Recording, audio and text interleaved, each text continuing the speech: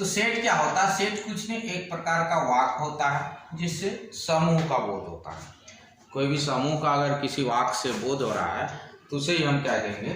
Set कहेंगे। ठीक है। हाँ, उस वाक्य से किसी भी चीज का बड़ाई या बुराई नहीं होना चाहिए। अगर उस वाक्य से किसी भी चीज का बड़ाई हो रहा है या बुराई हो रहा है तो वो सेट नहीं कहलाता है। ठीक है। और जानते हैं समूह को क्या कहते हैं? संग्रह कहते हैं। तो इसका डिफिनेशन जो होगा वो होगा वैसा संग्रह जो पूर्ण रूपेण परिभाषित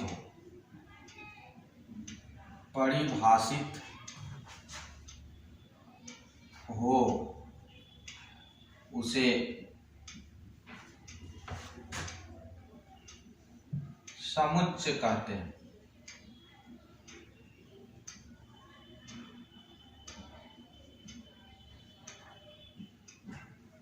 ठीक है।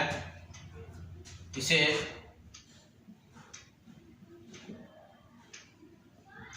अंग्रेजी के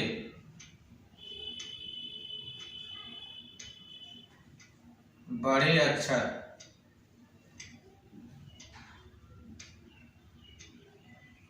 द्वारा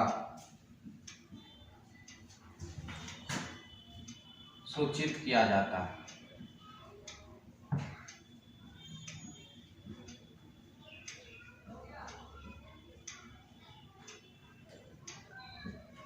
अंग्रेजी के बड़े अक्षर द्वारा क्या जाता है? सूचित किया जाता है। तो समुच्चय किसको कहते हैं? सेट किसको कहते हैं? सेट होता है वैसा संग्रह यानी कि वैसा कलेक्शन जो पूर्ण रूपेण परिभाषित हो। पूर्ण रूपेण परिभाषित हो तो वेल डिफाइंड हो, मतलब जिसका परिभाषा होता हो उसे ही हम क्या कहते हैं? समुच्चय कहते हैं। और इसे अंग्रेजी के बड़े अक्षर द्वारा, बड़े अक्षर में कोई भी लेटर आप ले सकते हैं, चाहे आप ए लीजिए, बी लीजिए, सी लीजिए, कोई भी लेटर आप यूज कर सकते हैं। ठीक है। जैसे एग्जाम्पल के तौर पर देखिए, एक वाक्य लिखा हुआ, सेट कुछ नहीं, एक प्रकार का वाक्य होता है। वाक्य से किसी का बड़ाई या बुराई नहीं होना चाहिए। सिंपल सा। और दूसरा अर्थ में अगर आप समझना चाहते हैं तो वाक्य में कहीं भी विशेषण वर्ड का उपयोग नहीं किया हो। अगर विशेषण वर्ड का उपयोग किया गया हो तब वो आपका समुच्चय नहीं कहलाता है। विशेषण को इंग्लिश में एडजेक्टिव कहते हैं। एडजेक्टिव नहीं होना चाहिए। जैसे का एक नंबर में लिखा हुआ अच्छे लड़कों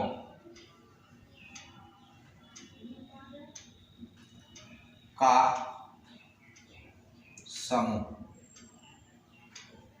अच्छे लड़कों का समूह। तो ये आपका, ये जो वाक्य है, अगर इसका आप आंसर लिखना चाहते हैं तो ये आपका समुच्चय नहीं है। ये जो है समुच्चय नहीं। देखो यहाँ पर अच्छा क्या होता है?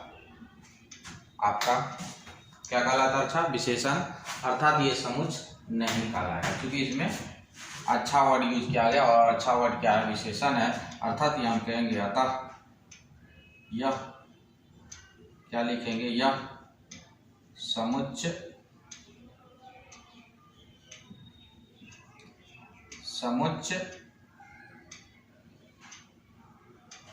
नहीं है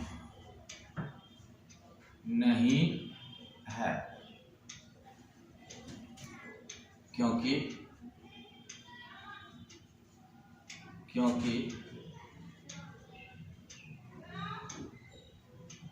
अच्छे लड़कों को परिभाषित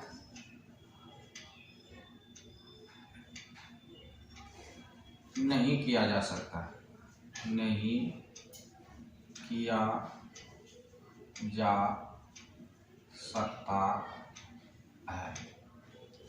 याद रखिएगा, अच्छा लड़का को हम परिभाषित नहीं कर सकते। तो सीधा सीधी आपको कॉन्सेप्ट ध्यान रखना है कि अगर वाक्य में, कहीं भी वाक्य में विशेषण वर्ड का उपयोग किया हुआ है, एडजेक्टिव एडवर्ब वर्ड का उपयोग किया गया है, तो उस स्थिति में हम कहेंगे कि वो समुच्चय नहीं। जैसे दूसरा देखिए, दूसरा दिया हुआ प्राकृत संख्याओं का समुच्चय, प्राकृत संख्याओं का समुच्चय। तो ये आपका समुच्चय है, इसका उत्तर क्या होगा? समुच्चय है। संख्या से रिलेटेड कोई भी आ जाएगा तो उसको हम समुच्चय है कहेंगे, क्योंकि संख्या वाला कोई भी क्वेश्चन आता है, संख्या का परिभाषा हमेशा होता है, संख्या का तो नंबर, किसी भी नंबर का परिभाषा जरूर होता है। इसीलिए हम संख्या से रिलेटेड कोई भी वाक्य दे दिया जाता है तो वो वाक्य आपका क्या कहलाएगा? समुच्चय कहलाएगा। यह समुच्चय, यह समुच्चय है। संख्या से रिलेटेड कोई भी क्वेश्चन आता है तो वो आपका क्या होगा? समुच्चय होगा। अब यहीं पे अगर मान लिया जाए, यहाँ लिख देता है लड़कों का समूह, लड़कों का समूह, तब ये समुच्चय हो जाएगा। तो लड़का को हम परिभाषित कर सकते हैं, लड़का किसको कहते हैं आपको पता होगा, इसके बारे में हम बता सकते हैं, ठीक है। अतः वो समुच्चय हो जाएगा। इसी क्वेश्चन में अगर यहाँ अच्छे हटा देते हैं, हम विशेषण वर्ग को हटा देते हैं, सिर्फ कहते हैं लड़कों का समूह, तो वो क्या हो जाएगा? आपका समुच्चय हो जाएगा, ठीक है। तो पहला चैप्टर जब आप उल्टाइएगा तो फर्स्ट क्वेश्चन आपको यही मिलेगा कि क्या वो समुच्चय है या नहीं है, समुच्चय है या नहीं है।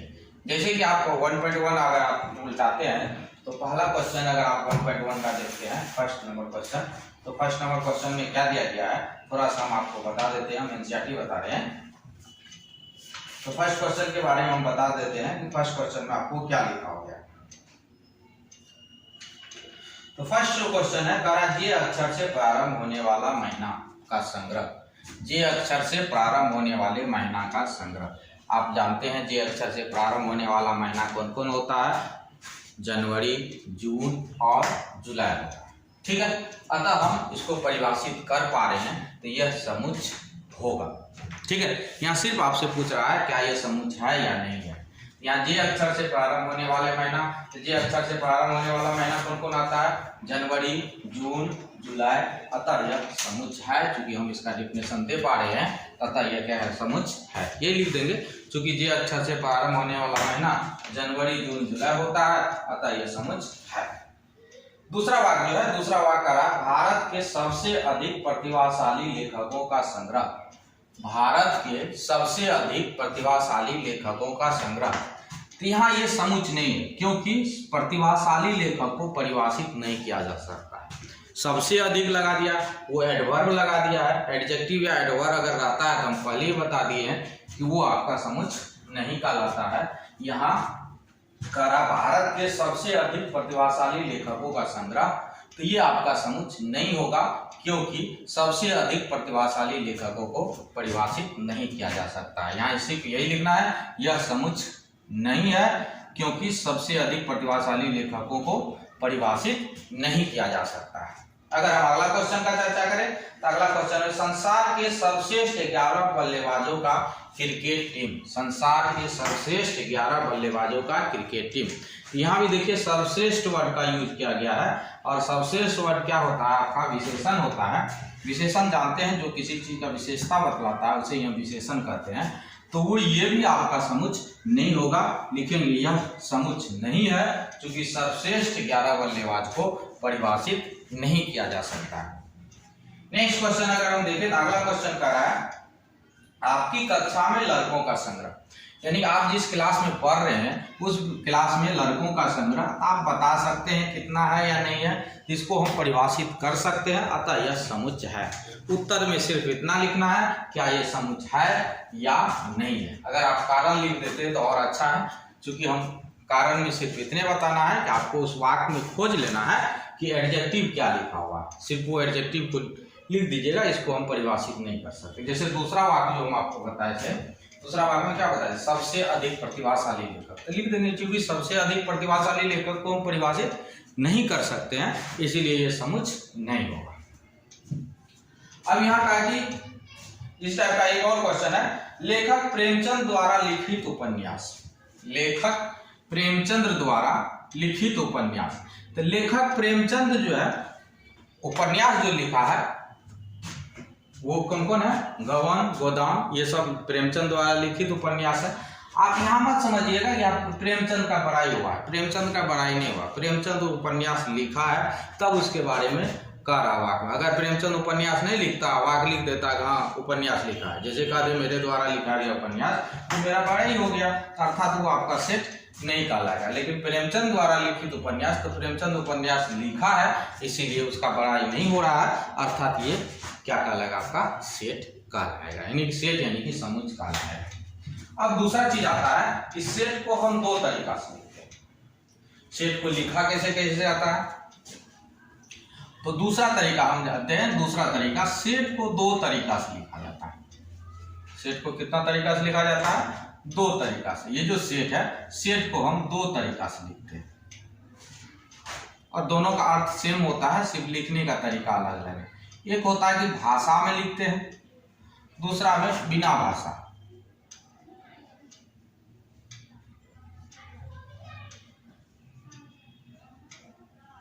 बिना भाषा यानी कि लैंग्वेज होता है और दूसरा होता है नो लैंग्वेज। लैंग्वेज और दूसरा क्या होता है, नो लैंग्वेज। तो लैंग्वेज वाला को हम क्या कहते हैं, जो लैंग्वेज में लिखा रहता है उसको हम कहते हैं सेट बिल्डर फॉर्म। क्या कहते हैं, सेट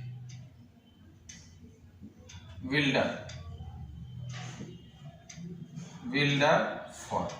लैंग्वेज में लिखा रहता है उसको हम कहते हैं सेट बिल्डर फॉर्म, ठीक है। और जो भाषा जो बिना भाषा में रहता है तो उसको हम कहते हैं roster form. Roster form, set builder form यानी कि समुच्चय निर्माण रूप। ये क्या कहलाता है, आपका समुच्चय निर्माण रूप हिंदी नाम होता है, हिंदी नाम होता है इसका। और रोस्टर का हिंदी नाम रोस्टर होता है, ठीक है।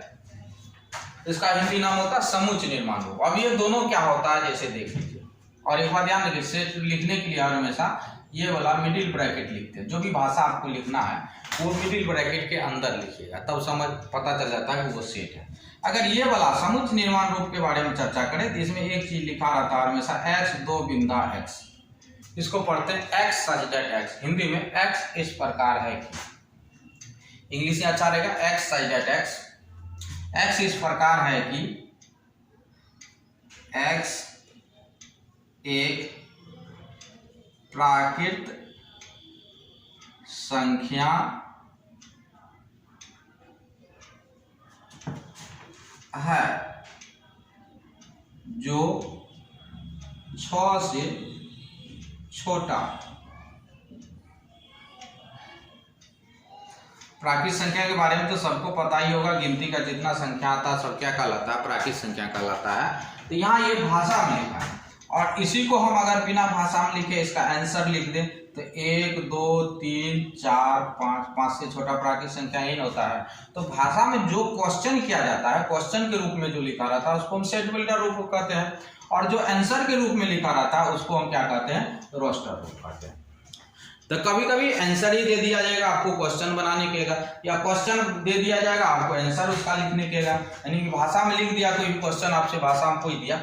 हर हमेशा ये बात देखिए, चाहे आपका सेट बिल्डर हो या रोस्टर हो, दोनों में हर हमेशा यही ब्रैकेट, ये टेढ़ा वाला ब्रैकेट जिसको हम मिडिल ब्रैकेट कहते हैं, इसी ब्रैकेट का उपयोग कीजिएगा। कभी कोई सहूलियत के लिए क्या करता था, छोटा ब्रैकेट उपयोग कर देता, वो गलत होता, या कोई बड़का उपयोग कर देता तो वो भी गलत है। ना तो आपको छोटका यूज करना है, ना ही बड़का, हर हमेशा ये टेढ़ा वाला ब्रैकेट यानी कि मिडिल ब्रैकेट का उपयोग करना है। ये जो भाषा वाला है, ये भाषा वाला जो है इसको हम क्या कहते हैं, सेट बिल्डर कहते हैं। और जिसमें हम आंसर लिख देते, कोई चीज लिखा हो उसका हम आंसर लिख दिए, उसको हम क्या कहते हैं, रोस्टर कहते हैं।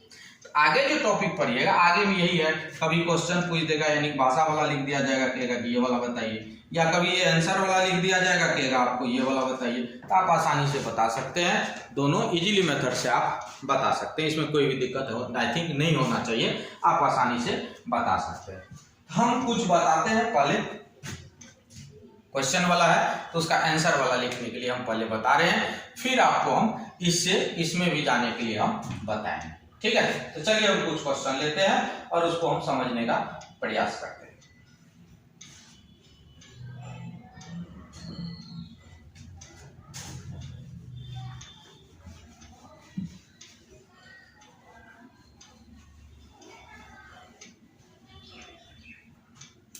चलिए पहला क्वेश्चन लेते हैं। ए बराबर दिया हुआ x such that x is a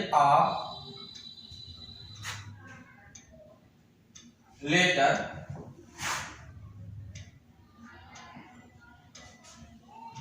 x such that x is a letter before E. Before E in English alphabet.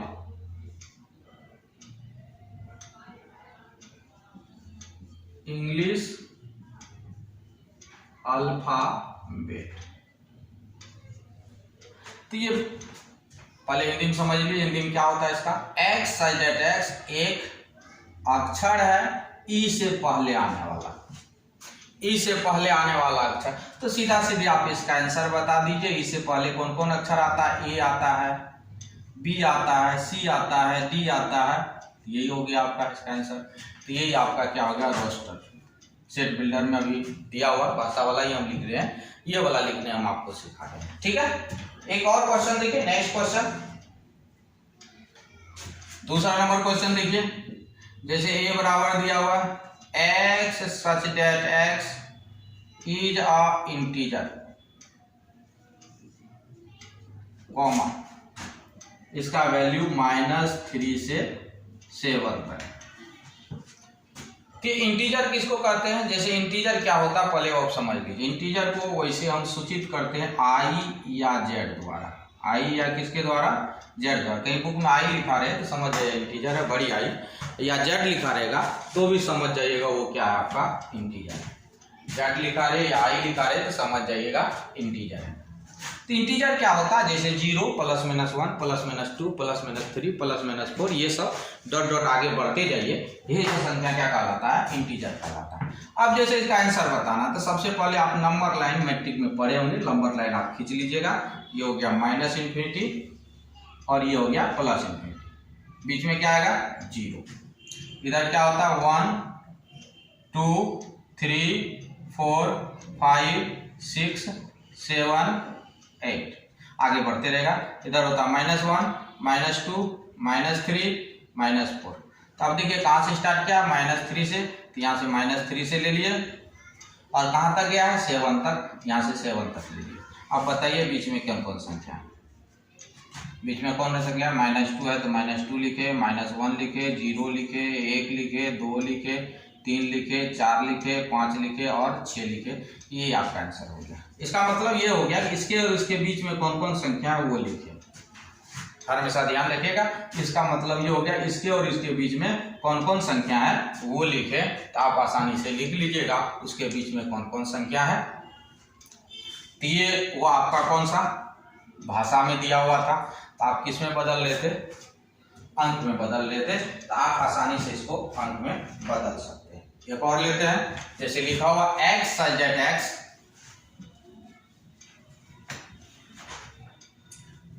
such that x is a 2-digit number, 2-digit number whose sum of digit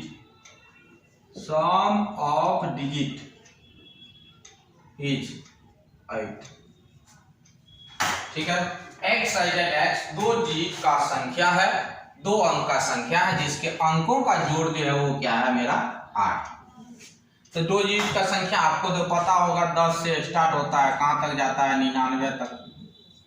ठीक है, तो हम उसके बीच में खोजेंगे कौन कौन ऐसा संख्या है जिसका अंक को अगर जोड़े ना तो 8 आ जाएगा। तो पहले देखो 17, तो 7 प्लस 1 प्लस 7 कितना हो गया? 8 हो गया ना। अंक की दिक्कत, ये 17 संख्या हो गया। 1 और 7 कहिएगा तो वो अंक कहलाता है।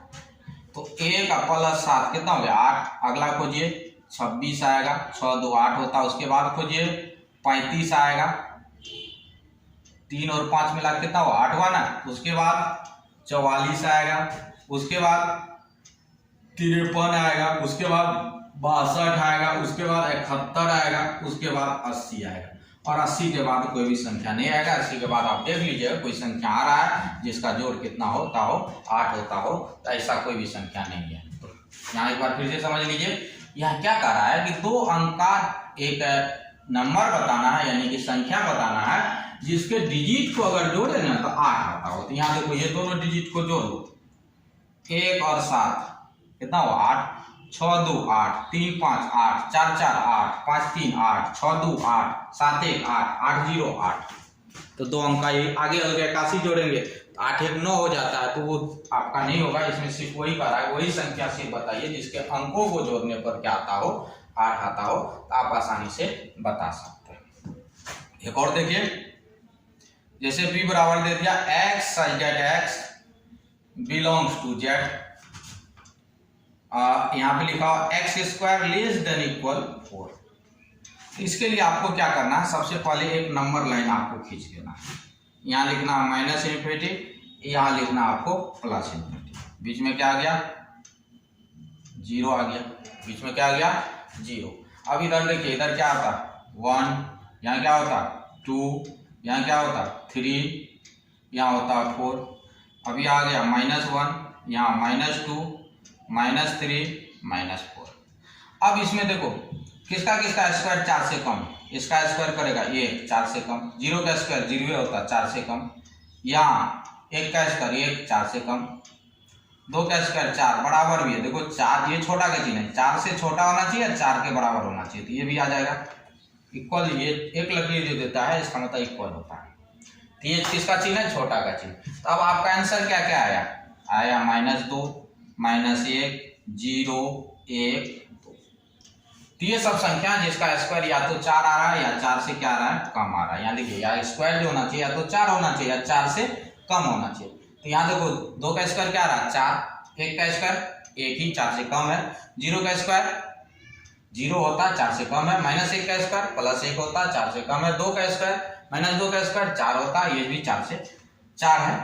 3 का अगर स्क्वायर करें तो 9, तो ये नहीं आएगा, ये हट जाएगा, ये भी नहीं आएगा। 4 का स्क्वायर 16 हो जाता, 4 से बड़ा जा रहा है, तो हमको क्या करना है, 4 से क्या होना चाहिए, कम होना चाहिए। तो जो जिसका स्क्वायर 4 से कम है केवल वही लिखना है, उसके अलावा कोई भी नहीं लिखना।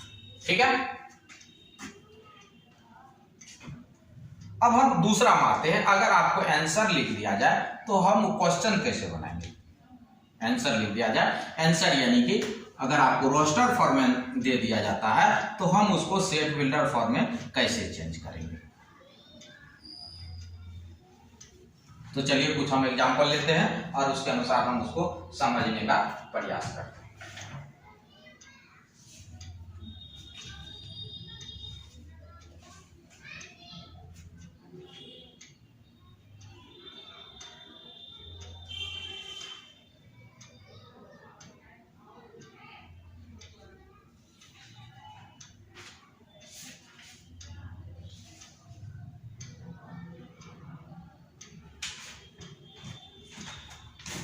चलिए, जैसे दिया हुआ है एक नंबर में 2 4 6 8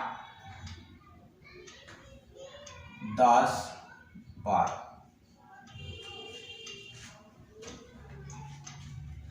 तो इसको हम कैसे बनाएंगे, यहाँ तो पहले भाषा वाला में जब भी लिखिएगा x x आपको लिखना ही है, और उसके बाद ये देख लेना है क्या, अगर टेबल है, सीरीज आपका टेबल है, सीरीज या तो टेबल रह सकता है या गुना करके बढ़ते रहता है, इसमें आपको सीरीज को पकड़ना पड़ेगा। जैसे 2 का 2, 2 दूना 4, 2 तिया 6, 2 चौका 8, 2 पंचा 10, 2 छाके 12, यानी 2 1 जा 2, 2 2 जा 4, 2 3 जा 6, 2 4 जा 8, 2 5 जा 10 और 2 6 जा 12 होता है।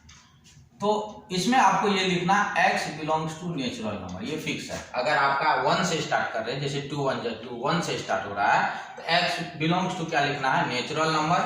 और ये जिसका, सॉरी एक मिनट लीजिए, x बराबर जिसका टेबल है उतना n लिख लीजिएगा। किसका टेबल है, ये 2 का टेबल है तो 2n लिख दिया। अगर ये 3 का टेबल दे देता है तो 3n लिख देंगे, 4 का टेबल दे दिया है तो 4n लिख देंगे, और उसके बाद n के बारे में बता दीजिएगा। टेबल हर हमेशा नेचुरल नंबर से स्टार्ट होता है, मतलब 1 से स्टार्ट होता है, तो n belongs to natural number लिखिएगा। और उसके बाद आप बता दीजिएगा कि टेबल कहाँ तक गया, टेबल आपका गया 6 तक, तो यानी कि 7 से छोटा कर दिए, छोटा का चिन्ह दिए, 7 से छोटा, 2 6 जा 12 होता है ना, तो 6 तक गया है, तो यहाँ से हम क्या कर दिए, 7 से छोटा कर दिए। अब दूसरा देखिए, दूसरा जैसे कि बी नंबर है, हम दूसरा क्वेश्चन ले सकते हैं। जैसे देखिए यहाँ दिया हुआ 2 4 8 16 32, 2 4 8 16 32। अब इसमें देखिएगा, इसमें 2 से मल्टीप्लाई होते गया, 2 से मल्टीप्लाई किए 4, फिर 2 से मल्टीप्लाई किए कितना हुआ 8, फिर 2 से मल्टीप्लाई किए तो 16, फिर 2 से मल्टीप्लाई किए तो क्या हो गया 32। तो इस टाइप का सीरीज जाओ तो किसी से, ऐसा जरूरी नहीं 2 से रहेगा, 3 से भी हो सकता है, 4 से भी हो सकता है, 5 से भी हो सकता है, 6 से भी हो सकता है।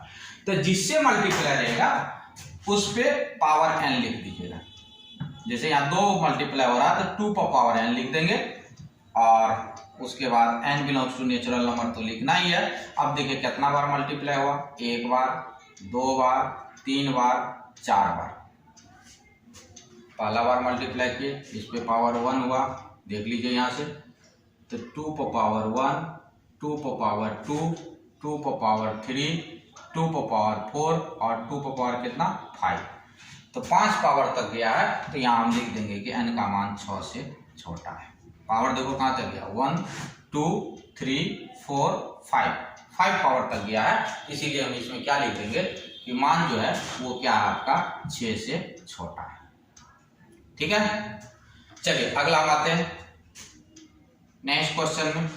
जैसे c बराबर दिया हुआ, यहाँ पे एक और देखते थे 5 25 125 और उसके बाद 625। तो यहाँ हम क्या लिखेंगे, x such that x belongs to, sorry x such that x 5 से मल्टीप्लाई हो रहा है ना, तो 5 पर power n comma n belongs to natural number, और उसके बाद देखिए ये होगा 5 पे पावर 1, 5 पे पावर 2, 5 पे पावर 3, अब 5 पे पावर कितना 4। तब 5 पे पावर 4 तक गया है, तो यहाँ हम क्या कर देंगे 5 से छोटा कर देंगे। 1 है, 2 है, 3 है, 4 है, तो हम क्या लिख दिए 5 से छोटा लिख दिए। ठीक है, यहाँ तक किसी को भी कोई प्रॉब्लम नहीं होना चाहिए। उसके बाद हम जब अगला में जाएंगे, जैसे एक और हम ले लेते हैं 4 नंबर में, d बराबर लिखा हुआ है 1 4 9 डॉट डॉट डॉट डॉट 100 तक, 1 4 9 डॉट डॉट डॉट 100 तक। तो इसमें हम क्या लिखेंगे, इसमें तो यहाँ लिखेंगे x साइज x। देखिए ये सीरीज को पकड़ना इसमें जरूरी है, क्योंकि जो आएगा वही चीज यहाँ लिखते हैं, वो नहीं पकड़ पाइएगा तो फिर दिक्कत होगा। तो यहाँ देखो क्या है, पहला नंबर 1 का स्क्वायर है, दूसरा नंबर 2 का स्क्वायर है, फिर तीसरा नंबर 3 का स्क्वायर, इसी तरह लास्ट वाला क्या है 10 का स्क्वायर है। तो x साइज x बराबर हम लिखेंगे n स्क्वायर। यहाँ n belongs to natural number, ये फिक्स है, लिखना ही पड़ता है। और कितना छोटा है 11 से छोटा, क्योंकि 10 का स्क्वायर हुआ है तो 11 से छोटा। ठीक है, और आगे देखिए, अगर इसी क्वेश्चन में जैसे कि मान लीजिए खत्म नहीं करे, डॉट डॉट डॉट डॉट आगे बढ़ा दे, तो ये वाला लेस देन ग्रेटर देन हटा दीजिएगा, यही आपका आंसर हो जाएगा। ये 2 4 6 8 इस टाइप से रहे, डॉट डॉट कर दे, बंद नहीं करे, रोके नहीं, उसके बाद डॉट डॉट कर दे, तो आप भी लेस देन ग्रेटर देन जो अंतिम में लिखे हैं उसको सिर्फ हटा दीजिएगा, बाकी सब चीज वही रहेगा। ठीक है, तो प्राय जो क्वेश्चन दिया गया है आप में, ये इसी टाइप का दिया गया है, या तो मल्टीप्लाई वाला है, या आपका टेबल है, या आपका स्क्वायरिंग वाला है। तो इतना ही है, इसके अलावा नहीं पूछा गया। एसआईटी में जो है लगभग इतना ही दिया है। तो कुछ अलग टाइप का भी सीरीज आता है, तो आपको देख लेना है कि वो सीरीज बढ़ कैसे रहा। जो भी बढ़ेगा x साइज x बराबर वो लिख देंगे, और उसके अनुसार हम बैठा लेते हैं। ये n belongs to natural number ही लिखिएगा, कोई कोई हो सकता है चेंज हो, लेकिन अभी प्रायः जो भी क्वेश्चन आएगा वो आपका इसी टाइप का आएगा। ठीक है, इसके बाद हम अगला टॉपिक में अगर हम चलें, नेक्स्ट टॉपिक, इसी चैप्टर का नेक्स्ट टॉपिक जो है, अगला टॉपिक में चलते हैं। तो इसमें जो अगला टॉपिक है आपका, उसमें आपको या तो बिलोंग्स टू या नॉट बिलोंग्स टू, ये 2 चीज है इसके बारे में। इसको हम कहते हैं बिलोंग्स टू, और इसको हम क्या कहते हैं नॉट बिलोंग्स टू, यानी कि सदस्य है सदस्य नहीं है, तत्व है तत्व नहीं। जैसे देखिए एक सेट लिख दिया A बराबर 2 4 6 8, और यहाँ पे लिख दिया कि 6A और 7A का फिल इन द बैलेंस को भरे, बीच में डॉट डॉट दे दिया भरे। तो बताइए 6 इसमें है, हाँ है यहाँ पे 6, तो 6 में बिलोंग्स टू का सिंबल लगेगा।